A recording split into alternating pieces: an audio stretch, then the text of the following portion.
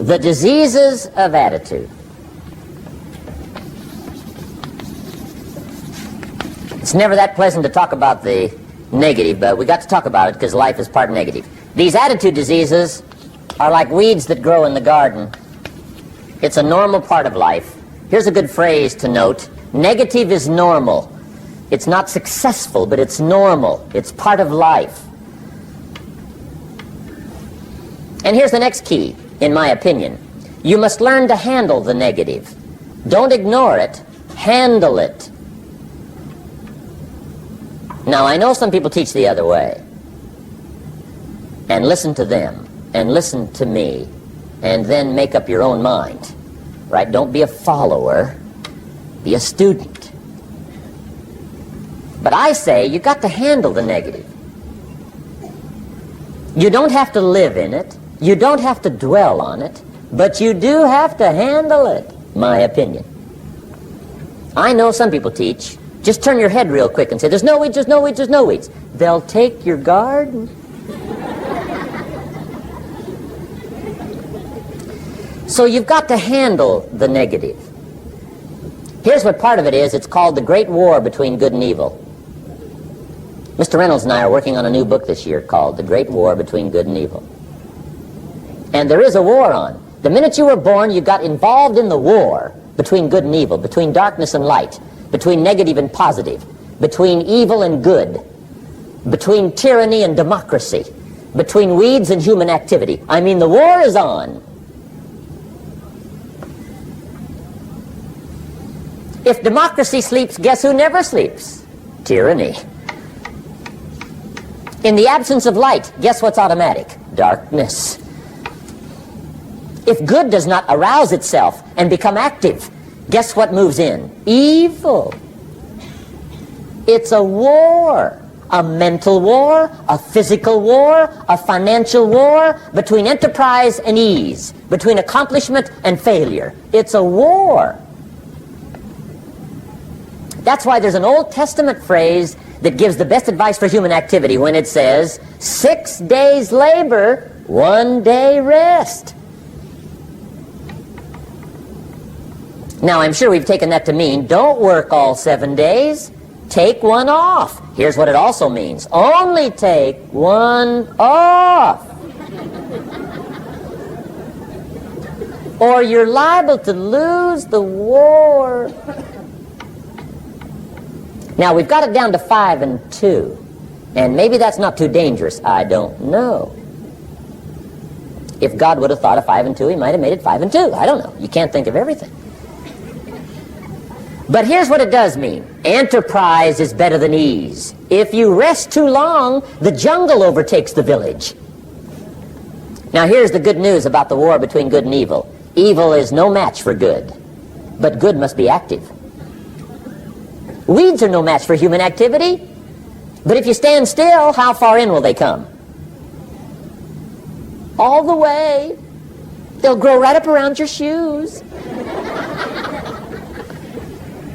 But if you get busy, how far back can you take them? As far as you wish. They're no match, but you must be active. That's why the 6 and 1. Make sure you're not losing the war by taking off too much. Guess what the average years are after retirement? 6. 6. Which means don't retire.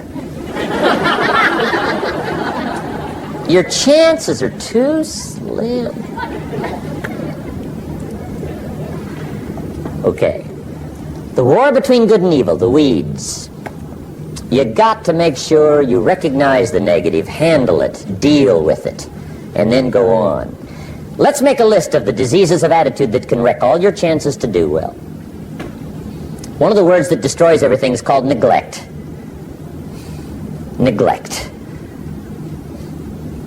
And I found this out. A week of neglect could cost you a year of repair. It isn't worth it. So what to be on the lookout for? Here's the list. If you were making it, you'd have the same list I've got. Right, we're not covering anything new tonight. This is a reminding session, not a teaching session. But it doesn't hurt to go over it again. Here's the list. Attitude diseases. Number one is indifference. The shrug of the shoulder. The guy's not even concerned. He's just drifting. This is called the mild approach to life. A disease known as mildness.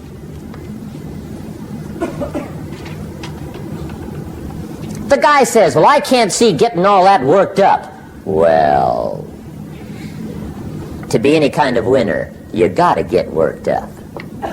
There's one problem with drift. You cannot drift to the top of the mountain. And the good Lord said in the closing chapters of the Bible, here's the best way to live, one way or the other. That's best. Hot or what's next best? Cold is next best to hot. Not the half-baked middle, lukewarm, not too hot, not too cold. What a sad way to live. I think what it means is pick a direction and go with everything you got. Just pick one and go. Somebody says, yeah, but what if it's the wrong direction? You'll find out quicker. It won't take you 25 years to wake up and say, oh no, I've been walking the wrong road. I told my staff the other day, next best to prosperity is adversity. If one doesn't get you, pray for the other. We all do better from one of two reasons, inspiration or desperation. And I don't wish anything bad on you tonight, but if you're not inspired, I hope a wagon comes down your rut. Whatever it takes to get you to try harder, read more, set your goals, and go for it. Somebody asked me one time, what quality would I pick if I wanted to work with somebody? And you know what I picked first? Number one, strong feeling. Strong feeling. Please, number one, give me somebody that feels strong. About most anything, I don't even care. Just so they believe it. Even if they disagree with me. Wonderful. Just so they disagree vigorously.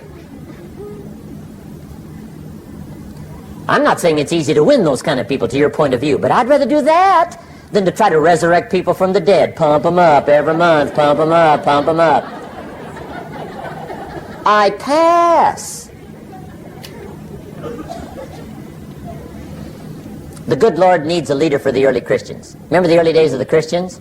Not like today.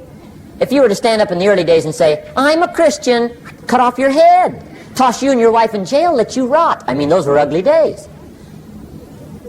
Being a Christian back then was not called socially acceptable.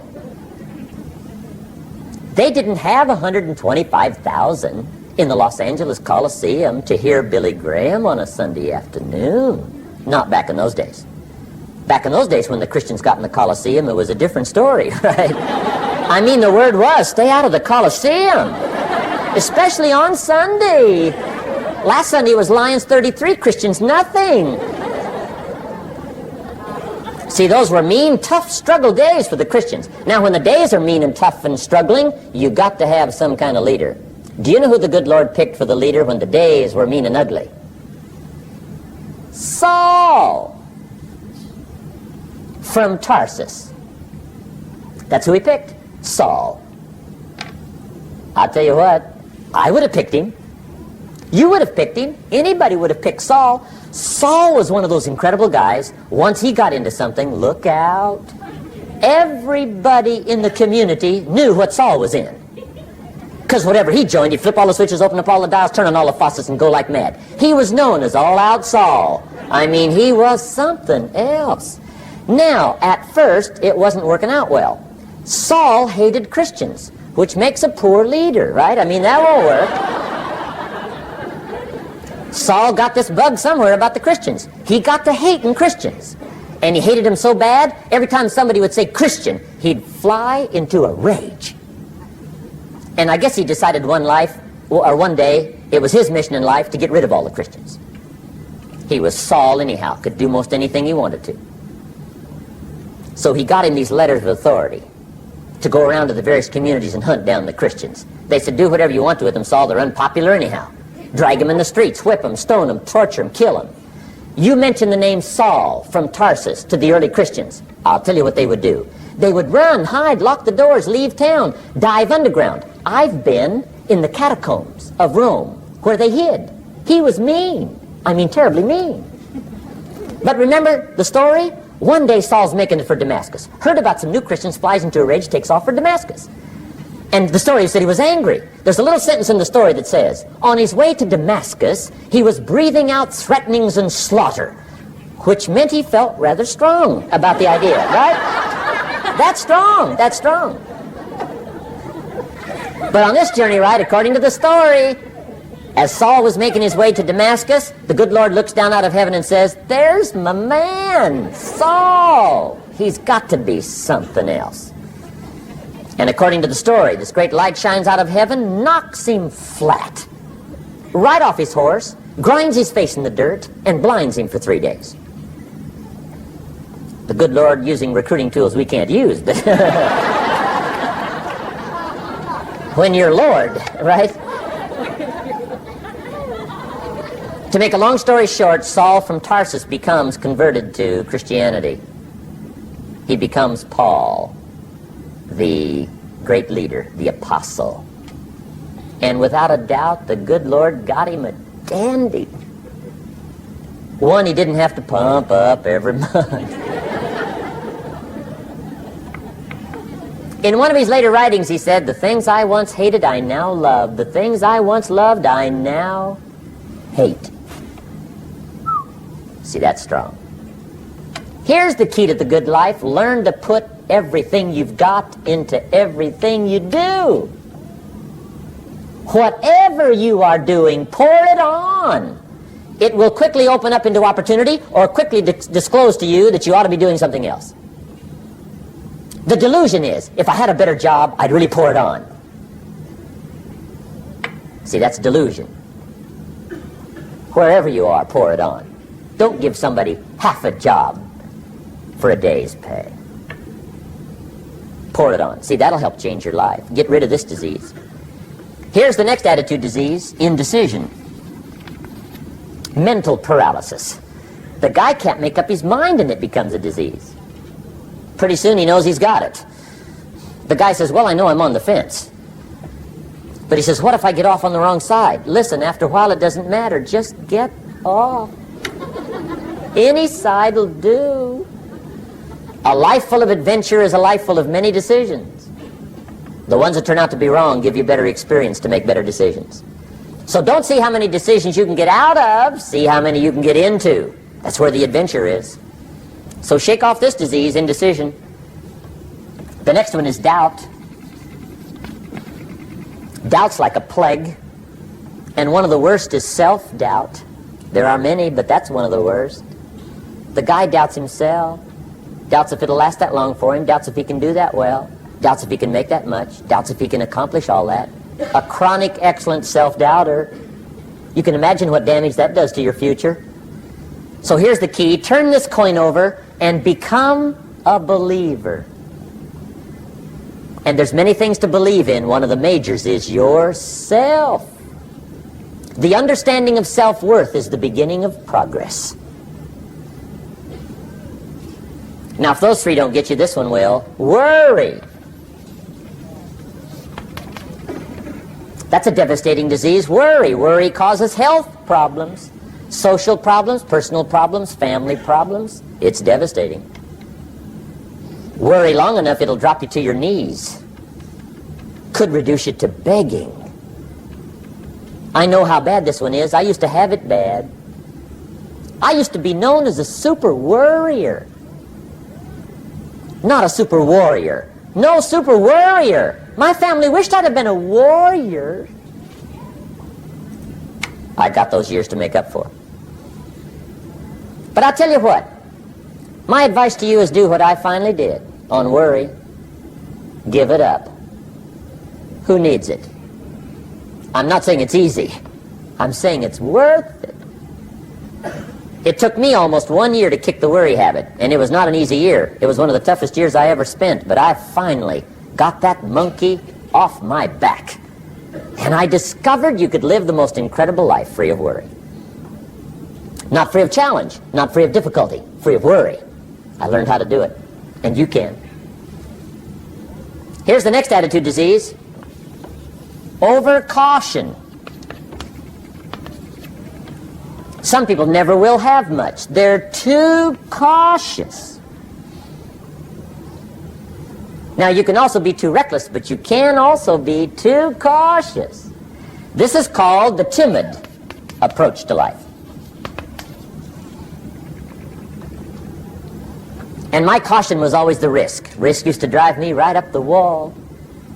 I used to say, what if this happens? It's called the language of the poor. What if this happens? And on top of that, if this was to happen, look at the fix I'd be in. I better not try. I could always ace myself out. Then I'll tell you what changed my whole life when I finally discovered it's all risky. The minute you were born, it got risky. If you think trying is risky, wait till they hand you the bill for not trying. If you think investing is risky, wait till you get the tab for not investing. See, it's all risky. Getting married is risky. Having children is risky. Going into business is risky. Investing your money is risky. It's all risky. I'll tell you how risky life is. You're not going to get out alive. That's risky. The Englishman says, well, if that's the way it's going to work out, let's give it a go. Right, that's what it's for. Give it a go. Somebody says, yeah, but I'm looking for safety and security. Fine, then huddle in a corner. We'll cover you with a sheet, bring you 3 meals a day. And we'll protect you, feed you, look after you, care for you. We won't let anything happen to you. And you'll probably live to be 100. The guy said, well, yeah, I'd live to be 100. But what a way to live. Right. What a way to live, safe and secure. Don't ask for security. Ask for adventure. Better to live 30 years full of adventure than 100 years safe in the corner. And see, it's not important how long you live. What's important is how you live. Here's the next attitude disease. We're almost through with this motley list. In fact, we're almost through. Hang on. The next one is pessimism. Pessimism, the deadly disease of always looking on the bad side, the problem side, the difficult side, checking all the reasons why it can't be done. The poor pessimist leads an ugly life. He doesn't try to figure out what's right. He tries to figure out what's wrong. He doesn't look for virtue. He looks for faults. And when he finds them, he's delighted. How ugly. This is the poor guy who looks through the window, doesn't see the sunset. He sees the specks on the window.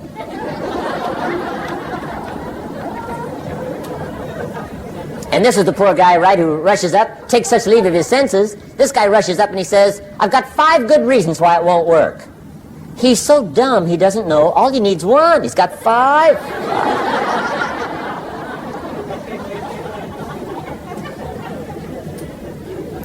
To the pessimist, the glass is always half empty. To the optimist, the glass is half full. Why would the same measure affect people 2 different ways? Answer, it all depends on how you look at it. Our lives are mostly affected by the way we think things are, not the way they are. The way we think they are affects us most. There's a subject we don't have time to get into tonight called better thinking habits. One of the major things Shove taught me when I met him, he said, poor thinking habits keeps most people poor. Not poor working habits. Most people work hard, but they don't think hard. And Shove taught me that the mind is like a factory, a mental factory. And whatever you think about all day long pours ingredients into this mental factory. And that's what builds the economic, social, financial fabric of your life. He quoted me a Bible phrase that says, as you think, so you become. How awesome. When he talked about poor thinking habits, he had me. I used to start the day reading the morning newspaper. I mean, you can believe that or not. I'd get a cup of coffee and read the paper. I'd load up on wars and riots and murders and stabbings and killings and bank robberies and muggings and car wrecks and tragedies. I'd even read the back pages. I seem to like that stuff for some weird reason. I'd load up on all that, and then I'd start the day. You can imagine the kind of days I used to have. You walk around on your financial knees. They call you economic peewee.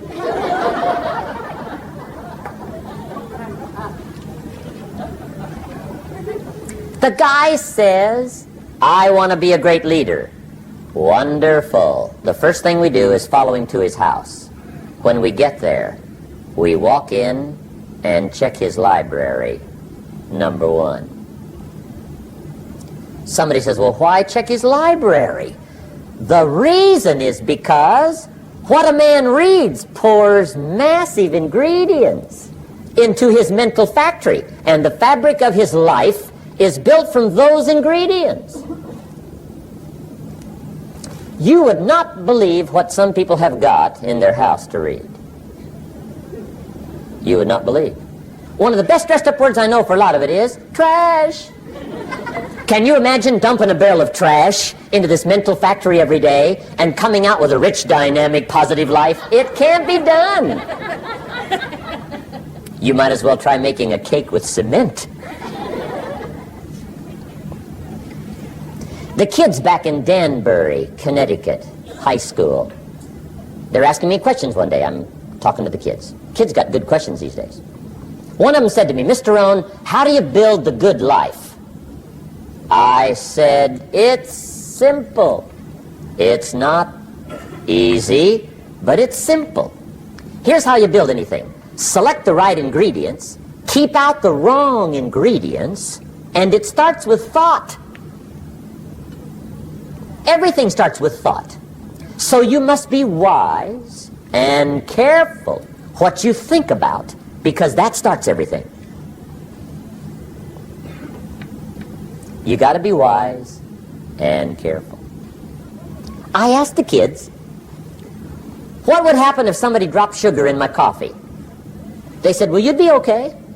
I said, what if somebody dropped strychnine in my coffee? They said, well, you'd be dead. I said, correct. Lesson 1. Life is both sugar and strychnine. You gotta be careful. I said, what if my worst enemy drops in the sugar? They said, will you be okay? I said, what if my best friend, even by accident, drops in the strychnine? They said, well, you'd be dead. I said, correct. Lesson 2. Watch your coffee.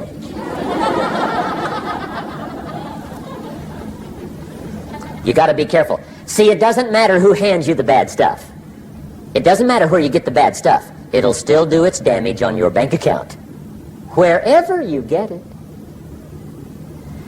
Mr. Schoaf gave me one of the greatest phrases when I first met him when he said, Jim, every day stand guard at the door of your mind. How important. Stand guard at the door of your mind.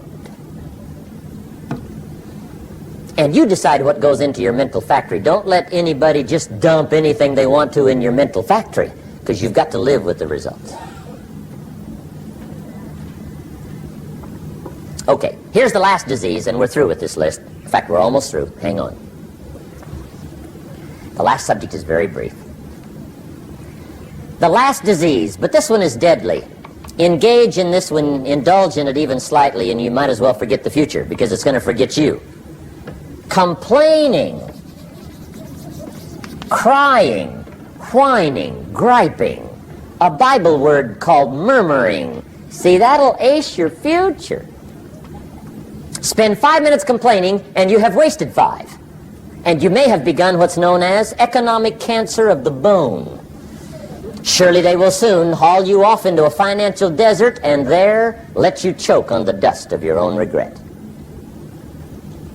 I hope I said that well, so you won't forget. It's a deadly disease. If you don't think it's bad, ask the children of Israel of Old Testament fame. Typical of us all, their story just happened to get in the book. Story says, children of Israel were slaves. God performed a series of dazzling miracles and got them out. And now they're heading for the promised land. Remember the story? Heading for the promised land. Tragedy of the story, they never got there. Reason. From day one, they started to complain. They griped about the water. They griped about the weather. They whined and cried and griped about the food. They griped about the leadership. They whined and cried because it was too far, too cold, too hot, too difficult, too miserable. I mean, they whined and cried for years. Finally, God said, "I've had it, trip canceled." Or something like that. The story says they died in the desert, never got to the promised land. Which I think means two things. Indulge in this long enough, you get your future canceled. And I guess it also means even God himself can only take so much.